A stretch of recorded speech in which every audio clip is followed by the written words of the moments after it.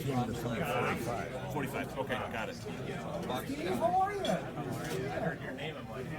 I really appreciate you doing this, and thanks for coming out. I know the Chicago Baseball Museum appreciates it. We as Chicago people, absolutely.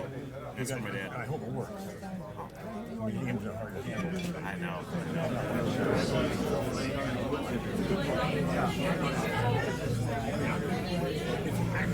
Really?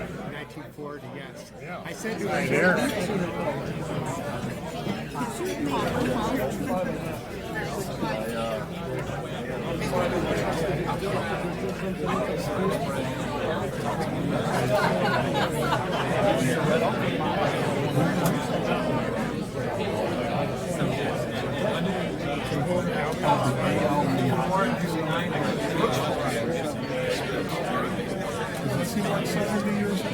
Really in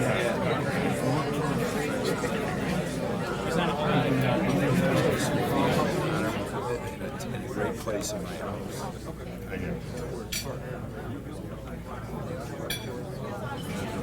Right. And just I was telling my son I saw you and score a pitch doubleheader.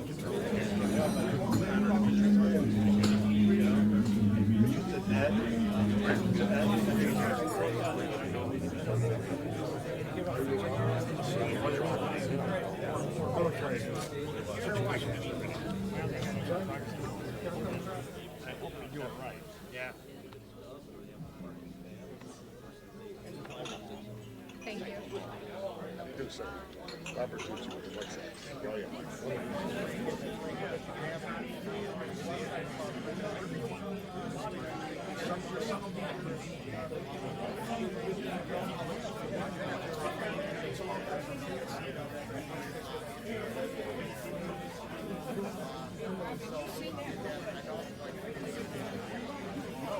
There's no better way than to have an event like this the day after the opener. So we're proud and privileged to have Bob Feller here, and very excited to hear what he has to say as we commemorate the 70th anniversary of his opening day no-hitter that he threw right here in Chicago at Old Comiskey Park back in 1940.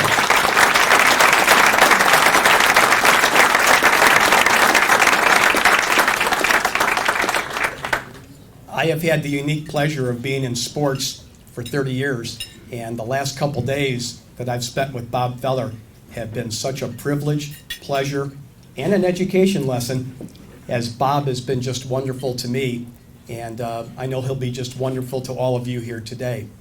I'm Connie Kowal, and I'm Executive Director of the Chicago Baseball Museum and Jerome Holtzman Library, and we appreciate all of you and your support of the Chicago Baseball Museum as we are trying to get this off the ground and trying to have something that can be permanent in Chicago so that we can showcase and remember Chicago baseball history.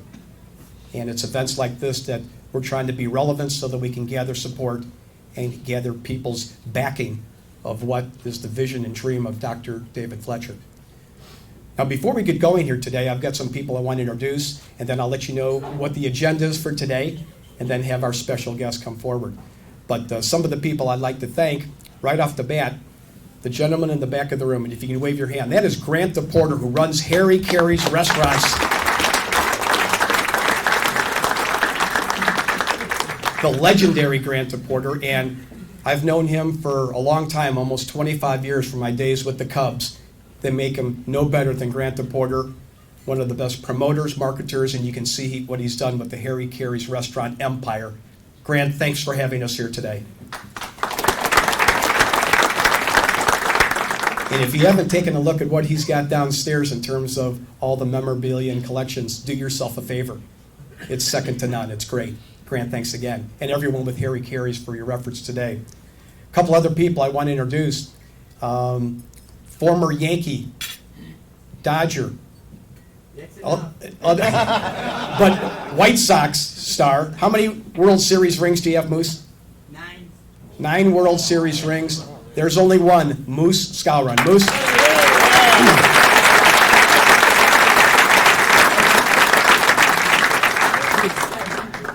And we checked the record book. Bob asked me to check the record book. Actually, he didn't. I did it on my own. Moose faced Bob 3 times in his major league career. Struck me out twice. Exactly. I wanted you to say that. I wanted you to say that, Moose. Prior to the game, Hank Bauer says, Moose, that's all Bob Feller throws is fastball, I'm looking for a fastball and I'm getting breaking ball. Never forgot that. Moose Gracini is a dear friend, and thanks for coming today. I also like to introduce the executive producer of WGN TV Baseball that you see on Channel 9. He's a great guy and a good friend, and I just wanted to acknowledge him because he does such great work. Bob Vorwald.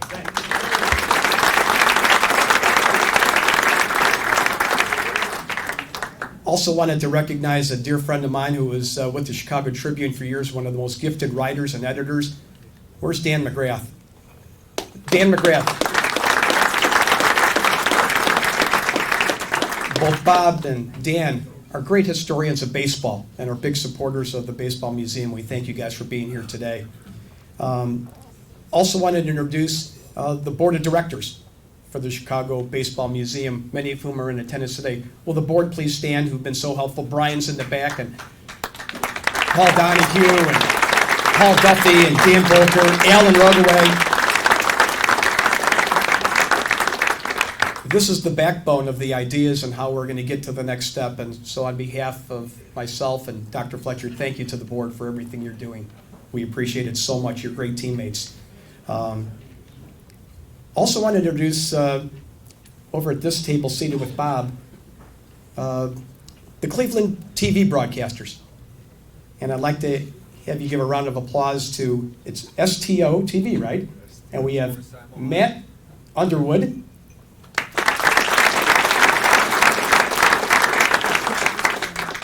And his sidekick and a neighbor of Bob Feller, former great center fielder for the Indians, Rick Manning.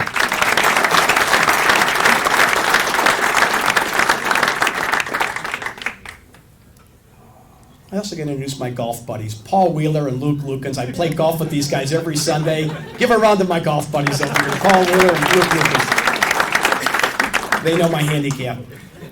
And also the people who bought tables. Ed Kellums, where's Ed? Where's Ed Kellums? In his table here. We also have Dan Volker, Paul Duffy from Freeborn Peters. Thank you so much for your support.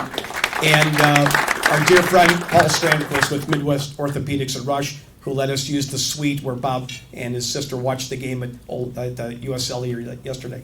Paul Strandquist and Midwest Orthopedics, thank you.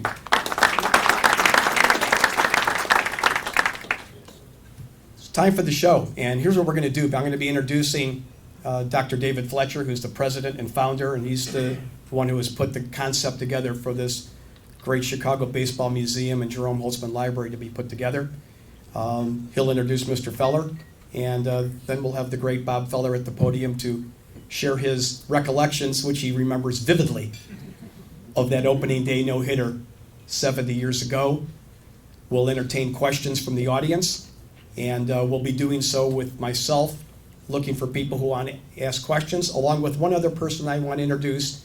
And again, former Chicago White Sox beat reporter, worked at the Tribune for years, a dear friend, known him for 30 years, and now he reports for Crane Chicago Business, and that's Ed Sherman. So don't be scared if we're in the audience coaching you on what to ask, and we'll have the questions here. And then at the conclusion, I know many of you got autographs from Bob, but we'll have Bob signing autographs up here for those, and we'll conclude the show. So everyone knows what's up, and at this time I'd like to introduce the president and founder of the Chicago Baseball Museum, Dr. David Fletcher.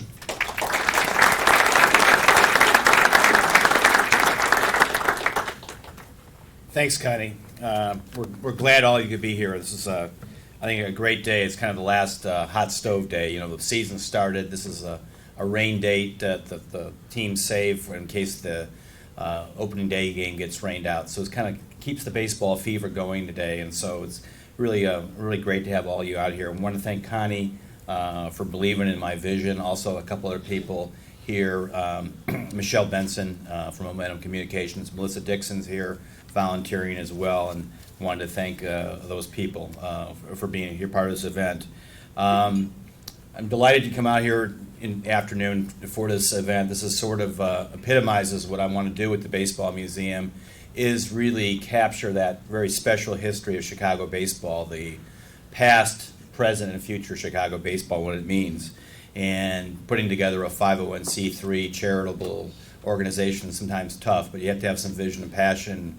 We're looking for more people to join us, and we've been very fortunate that I was able to reach out to Bob, and he was honored to come to Chicago, even though he's an enemy pitcher, and to come here. But we really thought this was a very special event for Chicago baseball history. He knows a lot about museums. If you've not been out there, you need to go out to Van Meter, Iowa, and see his special museum, which has his whole career. It has one of the most famous souvenirs, and Bob can probably talk about this, is you know that famous picture of Babe Ruth when he was his last appearance at Yankee Stadium. He's leaning on a bat. It was Bob's bat, and there's sort of interesting story Bob can tell about how he got the bat back. He had to pay some bucks for it. So anyway, his museum is a real special place, and I got to go out there with my dad a couple years ago, and my dad Archie's here, my stepmom Kathy. My dad and I went out there. My mom Dottie had died about 3 weeks beforehand, and she adored Bob Feller. And actually, I was born in Cleveland. For the first 7 years of my life, I lived in Cleveland, and in the '60s on, became a very fervent Chicago baseball fan. But the first name I ever heard in my life, baseball person, was Bob Feller. And my mom adored him. She got to meet him. He spoke at the Pitch and Hit Club in January 2008. She got to meet him and was mesmerized by his recall and how much Bob is part of the American culture and is an icon. And so I really encourage all of you to go out to Van Meter. I can remember when we were driving out west when I was in high school, my dad and I, we went through the interstate through Van Meter. All my dad talked about was this man next to me. So he can remember that well. A lot of mosquitoes there outside the exit. But anyway, it's a great museum. So Bob knows a lot about when you're trying to preserve legacy and teach a new generation this great sport and this great American dream. One of the nice things about this event was we got to bring Bob's sister, Marguerite, who's next to Bob, if you can stand up.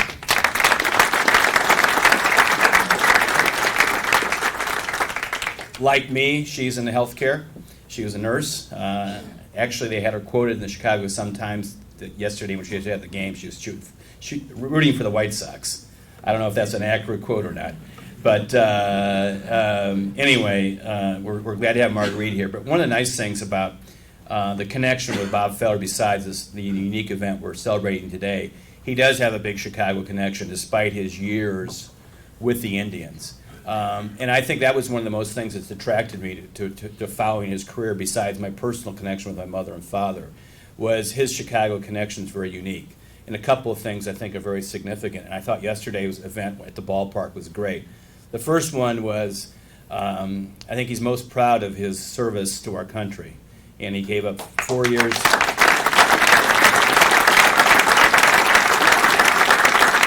4 years of his baseball career to our country in service, and he didn't get a fluff assignment. He did the real thing. He had combat duty and experience, which I'm sure he'll be able to talk about. But one of the things with that was I was well aware of the story, and I'd seen the pictures that after Pearl Harbor, he was driving to sign his 42 contract and came to Chicago, and the night of Pearl Harbor, he stayed at the Palmer House. And so it was fitting, we thought, for him to stay at the Palmer House when he came to Chicago again for this special event. So it's something that we really wanted to acknowledge as Navy service. And yesterday, if you saw, there's a great picture of Bob in the MLB website today with all the sailors. He signed probably about 40 or 50 autographs from sailors from Great Lakes.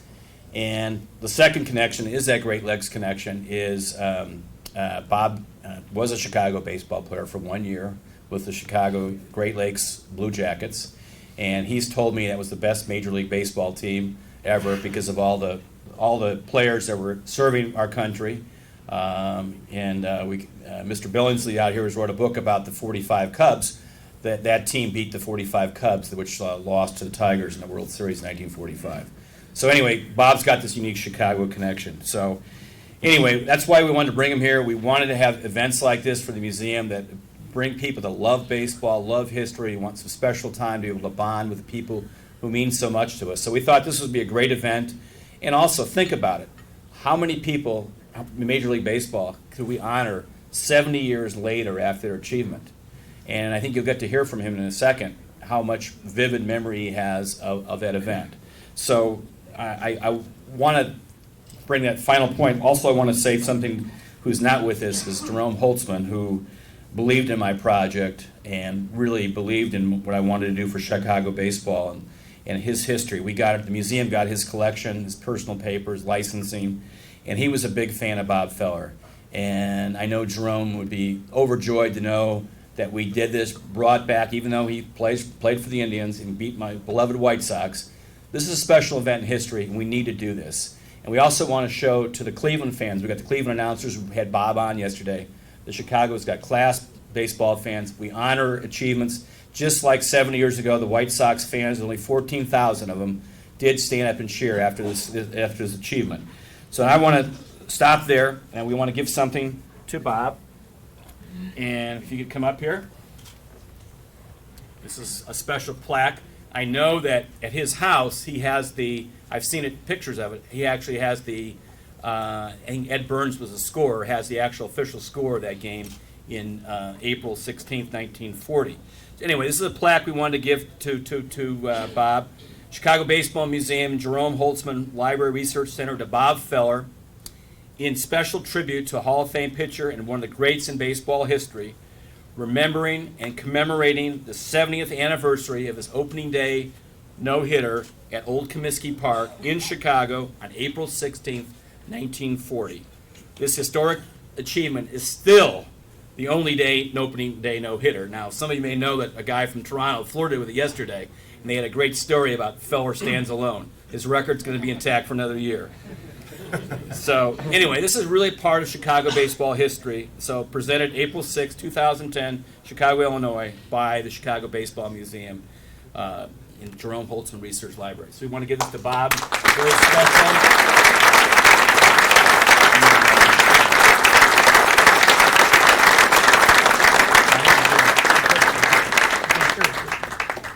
Bob wants a picture with me too, Bob. Come on, I know you want a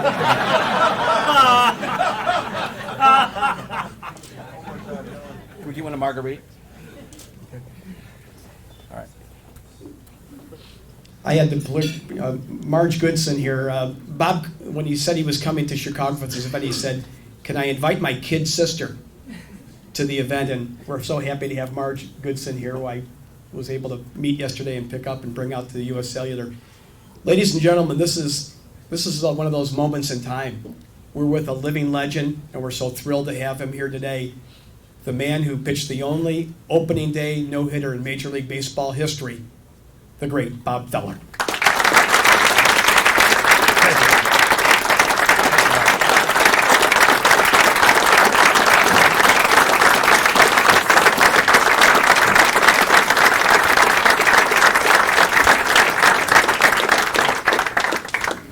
Thank you, Connie. Thank you, Dr. Fletcher. The first time I've been in Harry Carey's restaurant here, I've heard so much about it. The lovely place is large, and I want to thank each and every one of you for supporting the Chicago Baseball Museum and Jerome Holtzman's library. I knew Jerome Holtzman very well. There's a lot of things I'd like to say here, and we don't have all that time. But I do thank you for supporting the Chicago Baseball Museum. You've seen me throw through against a motorcycle, maybe on some of these shots you've seen up on the wall. That was right here in Chicago between Wrigley Field and Lincoln Park. Lou Fonseca was the one that promoted that when he was the film director for Major League Baseball back in 1940. When we did that, he picked me up at the Hotel de Del Prado on the south side on the 53rd and Hyde Park, and we did that in my street clothes and wound up at 94 miles an hour. And I think they did it the second time. It was probably 104, but I don't know. I was, it's a comment. I was at the World Series one year down in Miami when I was broadcasting TV for the Cleveland station, and one of the hanging around the clubhouse and then around to the home plate during batting practice. one of the writers said, "Did you see that Ron Nen was throwing 104 miles an hour last night at the game?" I said, "Yes, I saw that." He said, "What do you think about it?" I said, "That's my change of pace."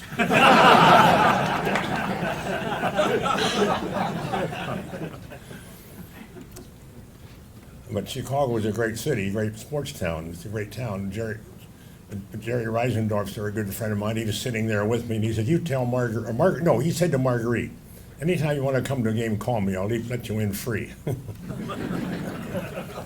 And Marguerite and I were probably the only ones in that ballpark yesterday that saw the no-hitter 70 years ago. There's a lot of luck in life.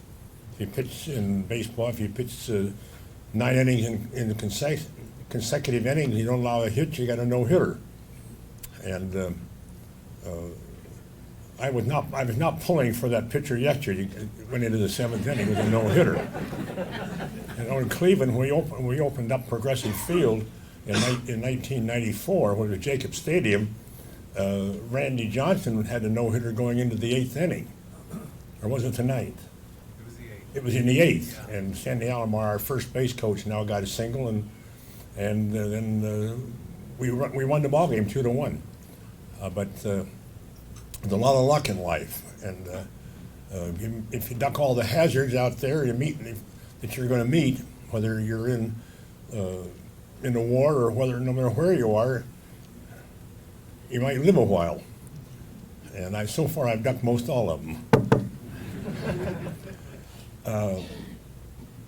I never pitched a ball game in Wrigley Field except an old-timers game. And in 1947, I was pitching in Philadelphia on a Sunday and struck out 10 out of the first 11.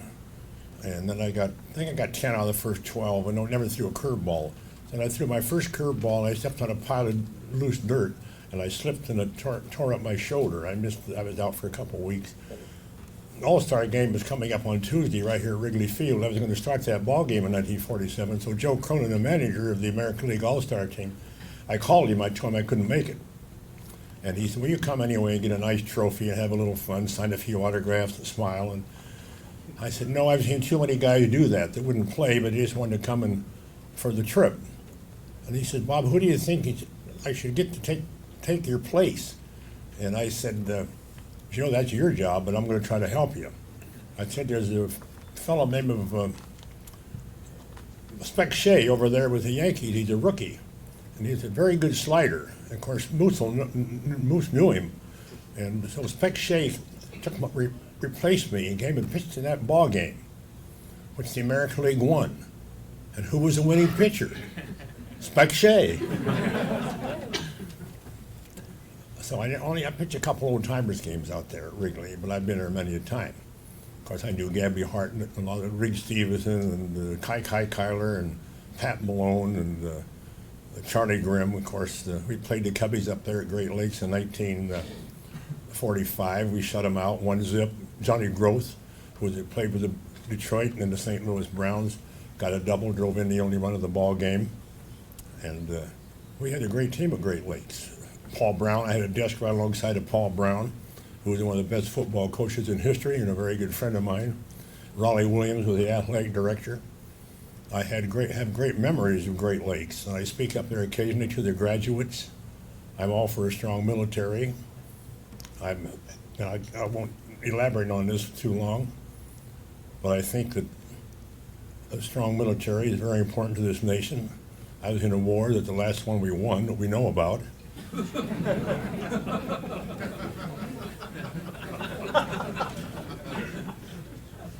Because I don't believe too much in diplomacy.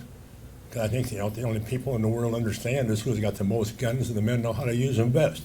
The rest of it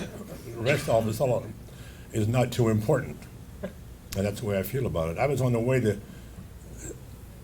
Chicago to meet Cy Slapnaka, who was being honored into the Cleveland Indian Baseball Hall of Fame, who was our general manager, to sign my contract in 1942. But this was December 7th, 1941. So I crossed the river alone in my Buick car, which I had just given $960 for a brand new one. And Cy Slapnaka came in from Cleveland. He was a scout that signed me, signed Herb Score, We signed Tommy Henrik and Bobby Avila, Hal Trotsky, Mel Harder, and most all the Cleveland players, but he was the now general manager. So I got here that night.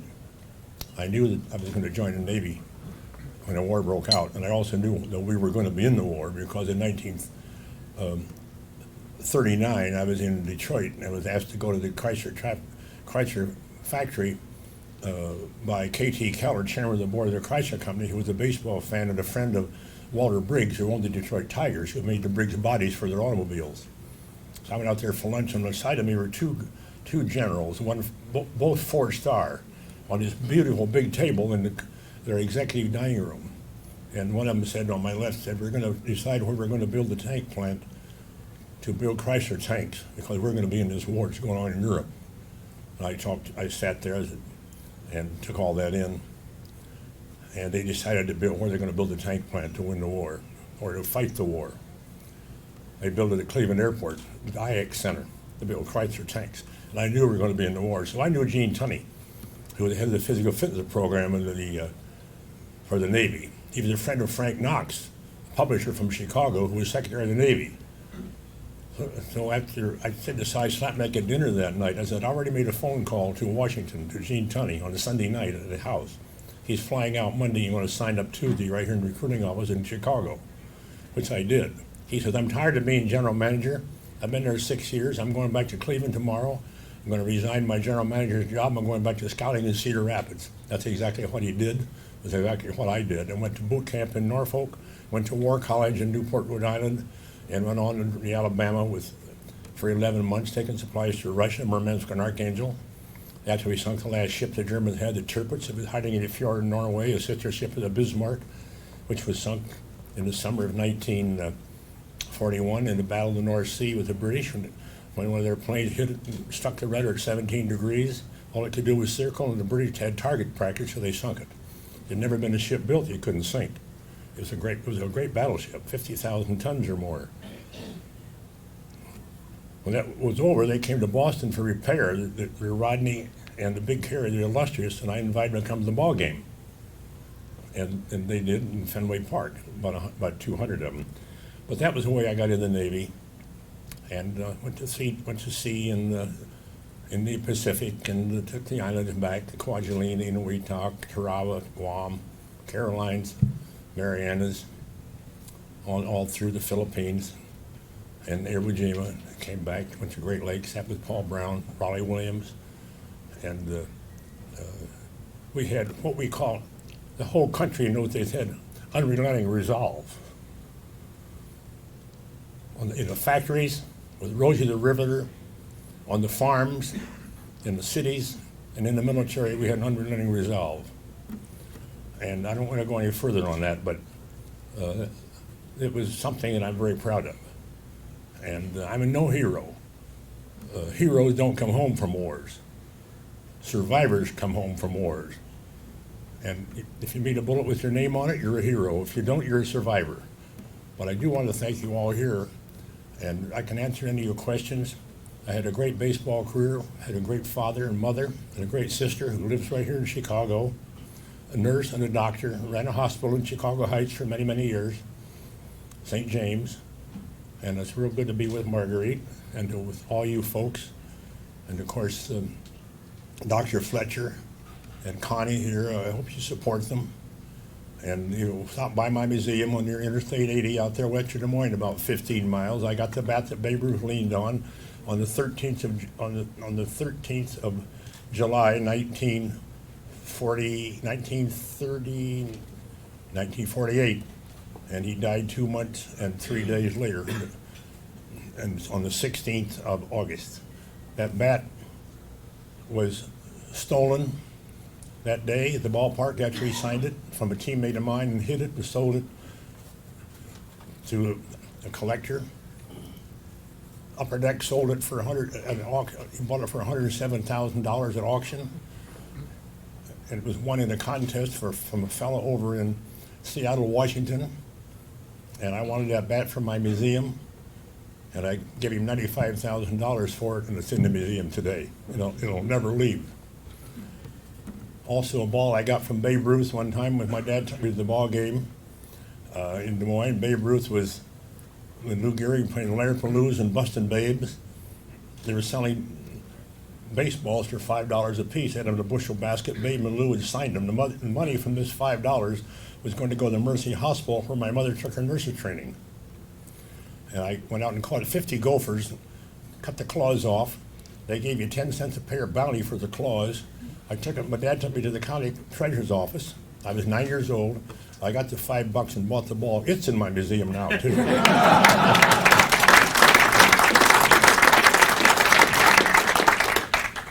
Now, Connie is over here motioning me. I'm going too far, but that's all right. If I miss that 5:45 flight to Cleveland, I'll get another one later. Bob, we'll do some questions if you don't mind. Yeah, just one, Connie, it's a moment. But I had a great career. Anything I am today, I owe it to baseball and to you baseball fans and to the American public and the United States military. I'm very concerned about what goes on in Washington. I have a lot of friends down there and in politics. Jim Bunning he's not going to be a senator any longer. He's going back to Kentucky. I was with him at a card show in Valley Forge, Pennsylvania about 2 weeks ago, and he has 32 grandchildren, 9 children. And the last game, I pitched in the major leagues. I pitched against Jim Bunning, and he won. In 1956. His first start was against me, and that was my last one. I want to thank you again very much. Anybody has any questions? And it might get into something more important than what I'm saying here. Yes. In fact, Ed Sherman will be on this side of the room that you can pick. Ed, why don't you ask the first question? Well, I was at the game yesterday, and I couldn't help but know that you were there. We watched Mark Burley pitch this great game, 3-hitter. In the set, he got through 7 innings and 95 pitches, and all of a sudden we have a new pitcher in the 8th inning. And I'm wondering, what would Bob Feller have thought about a pitcher coming out of a game after only throwing 95 pitches? I knew that you had your complete games, you had 30 or more complete games many seasons. What did you think of that? What's going on? I always kind of wonder, why did you guys throw so many pitches back then, and why don't they do it right today? Well, it's a different world in more ways than one. But to say what I want to say is, if they had a pitch count when I was a kid and first came up here, I was a little wild. I'd have never got by the 3rd inning.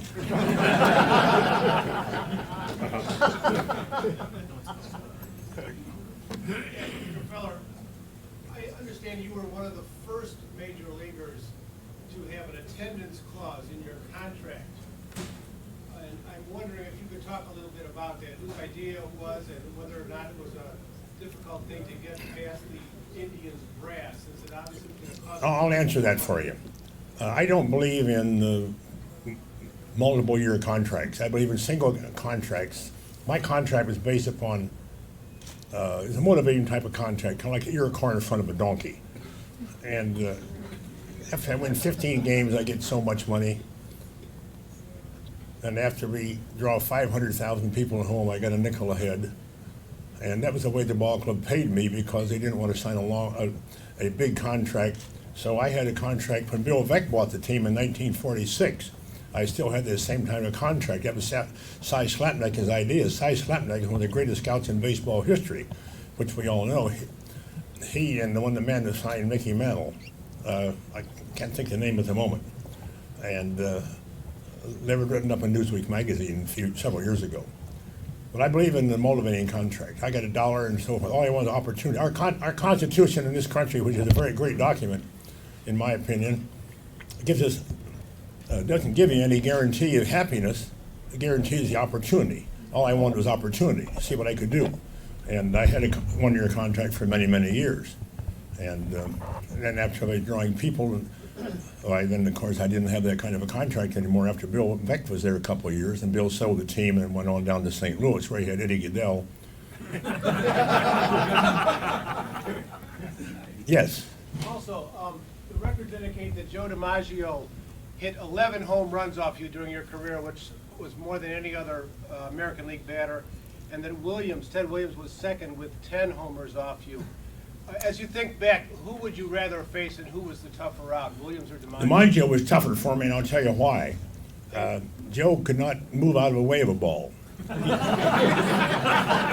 had a big wide stance, and he liked the ball out away from him. So I didn't want to hit him. So I kept pitching him away all the time. He kept getting base hits and home runs. But after the war, I started pitching him inside when I regained better control. And I got by with him pretty well. Ted never hit a home run off of me the first 3 years. He came up in 39 and 40 and 41. But after the war, he got 10 home runs in all the games I pitched, which I pitched 11 more years. But I tried pitching Joe inside. And I didn't have a good sinker. Joe was not a good sinker ball pitcher, a hitter.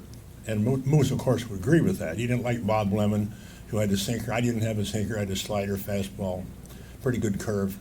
And I never changed up to right-hand hitters, only left-handers. But the toughest hitter for me was Tom Henry of the Yankees. And he could hit me at midnight with the lights out, blindfolded. Bob, we have a question right here, Ed. Bill, I'm sorry. I know you had a couple of no-hitters during your career. Did you have any superstitions during those games as you got closer to that magic moment? I never thought about a no-hitter until you get 2 men out in the 8th. I had 10 one-hitters, and none of my no-hitters went into I never lost a no-hitter in the 9th inning. And I know when one in Yankee Stadium was my best one, and in 1946, and April 30th, which was also my best year, where I pitched 36 complete games. I pitched 10 shutouts. I got shut out 10 times myself. And if you get shut out, you don't win many. You're lucky to get out with a tie. 46 was my best year. And then I won the All-Star game in Fenway Park. We beat the National League 12-0. They got one man to second base. I started the ball game, and Newhouser came in, then Jack Kramer.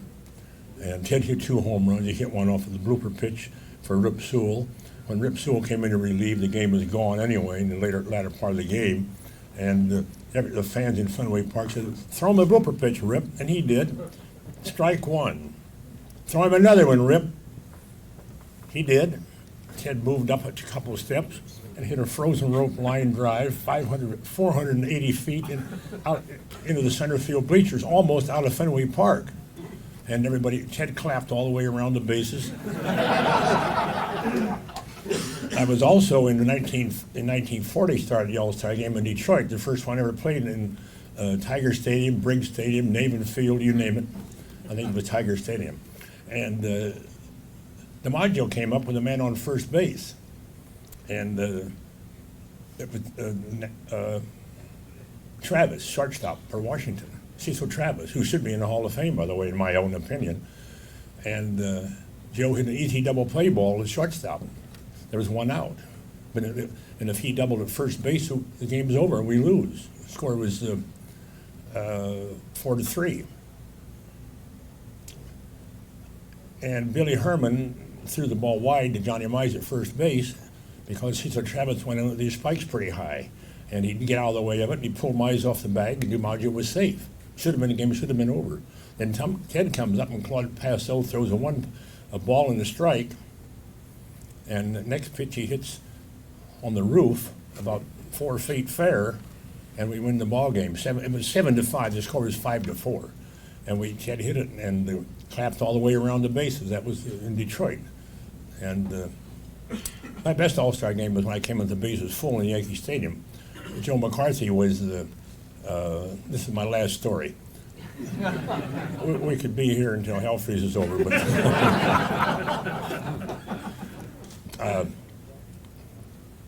my best All-Star game was Joe McCarthy was the manager of the American League team.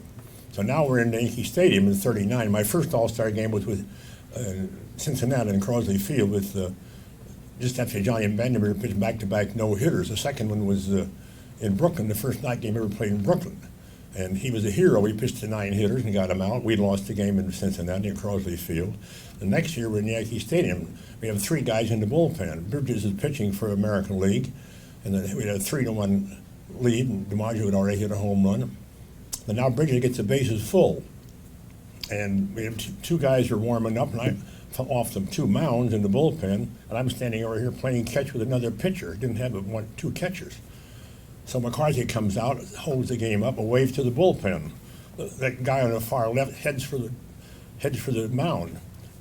McCarthy waves him back. The other guy starts in. McCarthy waves him back. There's one guy left. It was me. So I walk up there and talk to Bill Dickey and Joe Cronin, the manager, and Joe Gordon, the second baseman. And we decided that Archie Vaughan was a very good fastball hitter, but with the screen down, and Moose knows this very well, the screen down in Yankee Stadium, in those days everybody used to wear white shirts. So I throw an overhand fastball, it might be very hard to see to a National League hitter who was not used to Yankee Stadium. So I made the first pitch, everything I had, and he hit a hard ground ball right at Joe Gordon. It was a double play. And we got out of the inning. And I pitched the 7th, 8th, and 9th. And the last two hitters, I threw 6 pitches, 3 to Johnny Mize and 3 to Stan Hack. He took to strike them both out. And about a month ago, I met Stan Hack's son, who I have met several times. And of course, Stan Hack was the third baseman for the Cubs. But those were great days, and baseball is a great game. It's a slow game, and it takes probably more ability to play baseball than most any other sport. I played a little basketball. I was a very good free throw shooter, but nobody ever fouled me. Mr. Feller, when I was a boy, the first ball player I ever heard about from my dad, who was a Cub fan, was Bob Feller. He related to me that in the 1948 World Series, you and Lou Boudreau had worked a pickoff play to perfection on Phil Macy, and that you had him, but the umpire called him safe. But Phil Macy would not say until that umpire's death years later that the umpire blew it. It sounded like a great bit of class at that time. I'll tell you the whole story. You're absolutely right. Boudreau and I had a great play. So Macy, I made a mistake. I walked the first hitter in the inning in the nothing ball game against Johnny Saint, 8th inning, which is death in case you walk a leadoff man in a nothing ball game. So now Macy runs for Salkeld. Macy was a good base runner. They bunt him over. Boudreau comes in. I'm going to tell you the whole story. Boudreau comes in, and Eddie Stanky comes up. And he says, I hate that little son of a bitch. Don't pitch to him.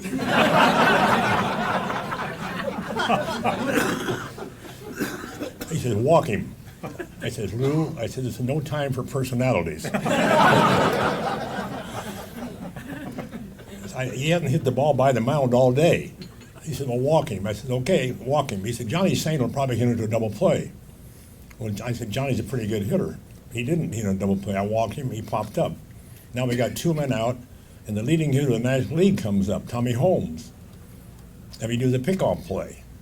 And the pickoff play, we had it perfected pretty good. So this is the first year they televised the World Series coast to coast. In 1940, this is 48. 1947, it was televised only on the East Coast. 48, it was coast to coast. So now, Bill Stewart's the umpire. He's standing right from here to where I am from Marguerite, about real close to the bag. So we do the pickoff play. Boudreau gives me the sign. The center fielder, Derry Doby, gets it so he could come in case the ball went wild to prevent the man to go to going from third. Boudreau's idea was if he missed the ball or something happened, he's supposed to lay on top of the runner, but don't get so he doesn't go to third base, go to third. So we did. It was a perfect play. I pick off Phil Macy by 3 feet, and I pick off the umpire.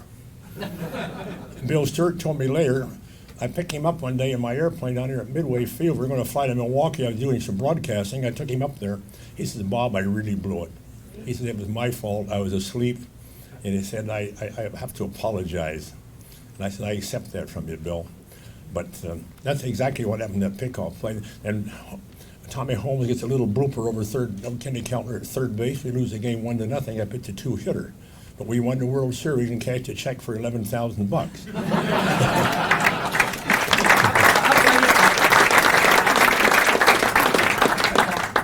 Can you take us back 70 years, Old Comiskey Park, opening day? What are your recollections of the no-hitter? I had pitched in a few innings either Saturday, I guess it was, over in Cleveland. I allowed 10 runs and 15 hits against the New York Giants, an exhibition game before coming here to start it.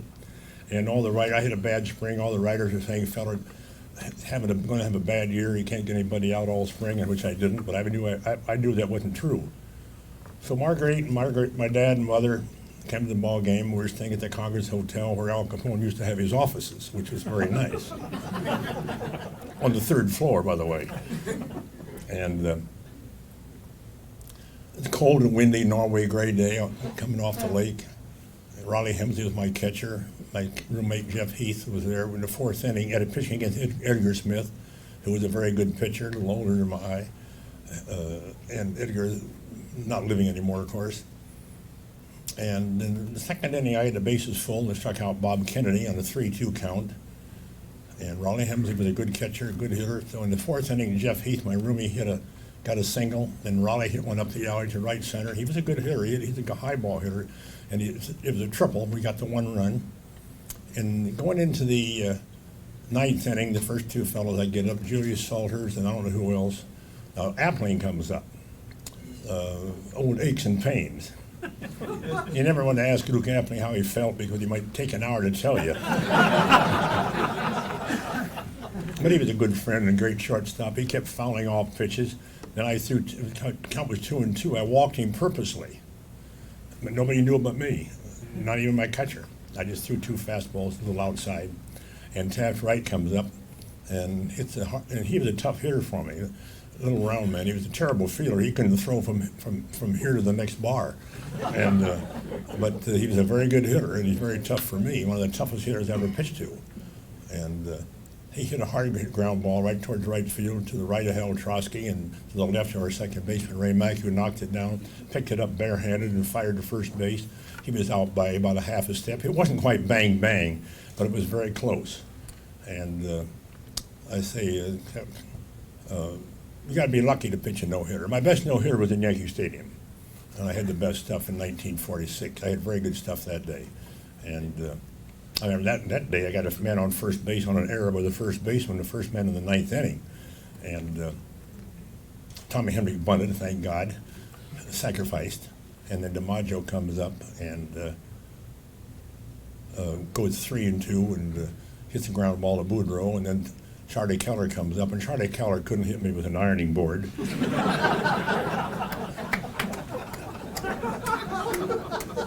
And he couldn't hit my curveball, so I threw a fastball the way he swung at it.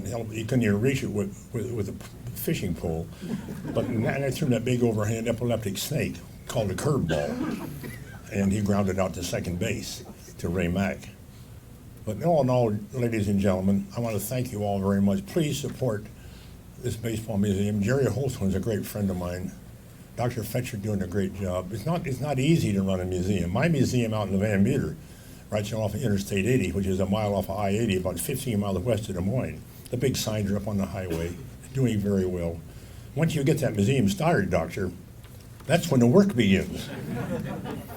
And thank you very much. And I love Chicago. I lived in Waukegan for a couple of years when I managed a Great Lakes team up here after the war. We had the best team in the United States up there that year. We lost one game. We played all the Major League Clubs. We lost one game to Philadelphia. Of course, everybody beats the Cubs, which we did too. Good afternoon. Last July, the MLB and the ALS Association commemorated the 70th anniversary of Lou Gehrig's Luckiest Man speech on July 4th across the nation in every ballpark. Today, we're celebrating the 70th anniversary of Bob Feller's opening day no-hitter. 2 events I think that are forever entrenched in the minds of baseball fans everywhere. Therefore, in honor of Lou Gehrig and in honor of Bob Feller's 70th anniversary, we donated this photograph of Lou Gehrig and Joe DiMaggio in the bullpen during DiMaggio's rookie year in support of the Baseball Museum. And that's our first prize for today. So we're going to have Bob draw a name now. Okay.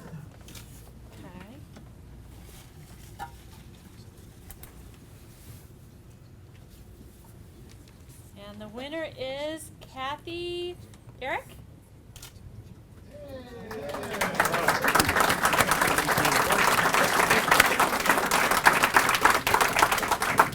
And we have one other prize, which is the Bob Feller story, which has been playing up on the TV screens during the program. Here you go, Kathy. That's great. Thank you very much. Do I get to shake his hand? Yes. Thank you. Great to meet you. Thanks so much. Great talk too. This will be it. I'll sit down. Yep, that's good. Okay. And the winner is James Breslin. Is James here?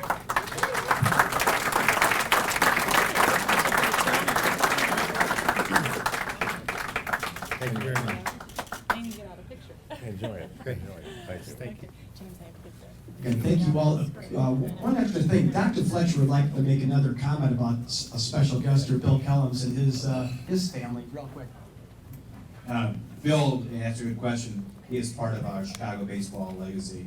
His great-great-grandfather was Charles Comiskey, and his grandfather was on the White Sox and was in the bench as a pitcher for the White Sox. He ended up marrying the boss's daughter, John Rigney, and we're glad to have you. If you want to say a little bit for the Comiskey family.